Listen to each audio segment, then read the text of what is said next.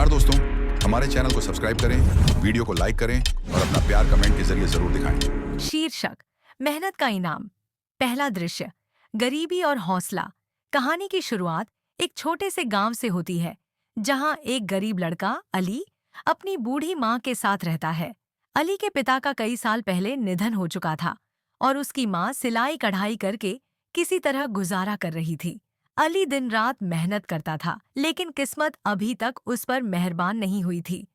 माँ चिंतित होकर, बेटा हमारे पास आज खाने के लिए भी कुछ नहीं बचा। अली हिम्मत देते हुए, अम्मी चिंता मत करो, अल्लाह मेहनत करने वालों को कभी बेकार नहीं जाने देता। मैं शहर जाकर काम करूंगा और हमारी किस्मत बदल दूंगा। अली अपनी माँ को गले लगाता है और एक छोटे से थैले में 2 रोटी के टुकड़े और पानी की छोटी बोतल रखकर शहर की ओर निकल पड़ता है। दूसरा दृश्य शहर की हकीकत। अली घंटों तक पैदल चलता है, रास्ते में भूख और प्यास से बेहाल हो जाता है, मगर फिर भी हिम्मत नहीं हारता। जब वह शहर पहुंचता है तो वहां की चमक दमक देखकर हैरान रह जाता है। अली मन में सोचता है, यहाँ के लोग कितने खुशहाल हैं, शायद यहाँ मुझे भी कोई काम मिल जाए। वह बाजार में काम की तलाश में निकलता है, मगर हर जगह उसे इनकार मिलता है। एक दुकानदार, माफ करना बच्चे, हमारे पास पहले ही बहुत नौकर हैं। एक होटल मालिक, तुम बहुत छोटे हो, ये काम तुम्हारे बस का नहीं। अली निराश होकर एक पेड़ के नीचे बैठ जाता है, लेकिन तभी उसे महल के दरवाजे पर खड़े सैनिक नजर आते हैं। वह हिम्मत करके महल के दरवाजे की ओर बढ़ता है। तीसरा दृश्य महल में नौकरी। अली महल के दरवाजे पर पहरेदार से बात करने की कोशिश करता है। अली, मैं बहुत मेहनती हूँ, मुझे कोई भी काम दे दीजिए। सिपाही, तुम बहुत छोटे हो, लेकिन चलो माली से बात कर लो, शायद बगीचे में तुम्हारे लिए कोई काम हो। अली माली के पास जाता है, जो उसे बगीचे की सफाई करने और पौधों को पानी देने का काम सौंप देता है। चौथा दृश्य राजा से मुलाकात। कई दिन बीत जाते हैं और अली पूरी ईमानदारी से अपना काम करता है। एक दिन राजा बगीचे में टहल रहा होता है, तभी उसकी नज़र अली पर पड़ती है, जो बहुत ध्यान से पेड़ों की शाखाओं और पत्तों को देख रहा होता है।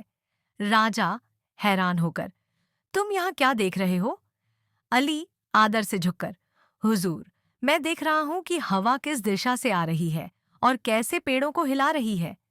राजा, ये जानने की तुम्हें क्या जरूरत है? अली, अगर हम हवाओं की दिशा को समझ लें तो हम यह अंदाजा लगा सकते हैं कि फसल कब काटनी चाहिए और कब बारिश हो सकती है। राजा अली की बुद्धिमानी से प्रभावित हो जाता है और उसे अपने करीब बुलाने लगता है, लेकिन यह बात वजीर जुबैर को पसंद नहीं आती। पांचवां दृश्य साजिश। वजीर जुबैर, जो राजा का सबसे खास सलाहकार होता है, अली की बढ़ती इज्जत से जलने लगता है। वह उसे रास्ते से हटाने के लिए एक साजिश रचता है। एक रात जुबैर राजा के खजाने से सोने के सिक्के चोरी करके अली के थैले में रख देता है। अगली सुबह जब महल में चोरी की खबर फैलती है तो सैनिक अली के कमरे की तलाशी लेते हैं और उसके सामान में सोने के सिक्के बरामद होते हैं। वजीर जुबैर, राजा सलामत, मैंने पहले ही कहा था कि एक आम लड़के को महल में रखना खतरनाक हो सकता है। देखिए, यह चोरी साबित हो चुकी है। अली हैरानी से अपनी सफाई देने की कोशिश करता है, मगर कोई उसकी बात सुनने को तैयार नहीं होता। छठा दृश्य इंसाफ की तलाश। अली को कैद में डाल दिया जाता है, लेकिन वह हिम्मत नहीं हारता। वह राजा से आखिरी मौका मांगता है। अली, राजा सलामत, अगर आप मुझे एक मौका दें तो मैं असली चोर को पकड़ सकता हूँ। राजा, अच्छा, तुम्हें 1 दिन का समय दिया जाता है। अली सोचता है और साजिश को उजागर करने के लिए एक चाल चलता है। वह सभी नौकरों को महल के दरबार में बुलाने के लिए कहता है। अली, चोर का ज़मीर उसे बेचैन कर रहा होगा और वह जरूर कोई न कोई गलती करेगा। अचानक वजीर जुबैर पसीने से तरबतर हो जाता है और अली मौका देखकर चिल्ला उठता है। अली, यह देखिए, वजीर साहब क्यों घबरा रहे हैं? शायद इन्हें पता है कि चोरी किसने की। राजा वजीर जुबैर को गिरफ्तार करने का आदेश देता है और जब उसके कमरे की तलाशी ली जाती है तो बाकी के सोने के सिक्के भी वहीं से मिलते हैं। सातवां दृश्य इनाम और इज्जत। राजा, अली, तुम न सिर्फ मेहनती हो बल्कि बहुत होशियार भी हो। आज से तुम मेरे खास सलाहकार होगे। महल के दरबार में सभी अली की ईमानदारी और बुद्धिमानी की तारीफ करते हैं। राजा अली को सुंदर कपड़े और सोने के सिक्के इनाम में देता है और उसे महल में रहने का आदेश देता है। अली राजा का शुक्रिया अदा करता है, लेकिन वह अपनी माँ को नहीं भूलता। वह कुछ धन लेकर अपने गांव जाता है और अपनी माँ को अपनी इज्जत और इनाम की खुशी सुनाता है। माँ, आंसू भरी आंखों से, बेटा, मैंने कहा था ना कि मेहनत कभी बेकार नहीं जाती।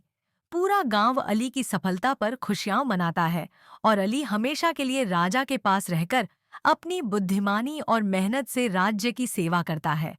सीख, सच्चाई और मेहनत कभी बेकार नहीं जाती और जो दूसरों के लिए गड्ढा खोदता है वह खुद उसमें गिर जाता है।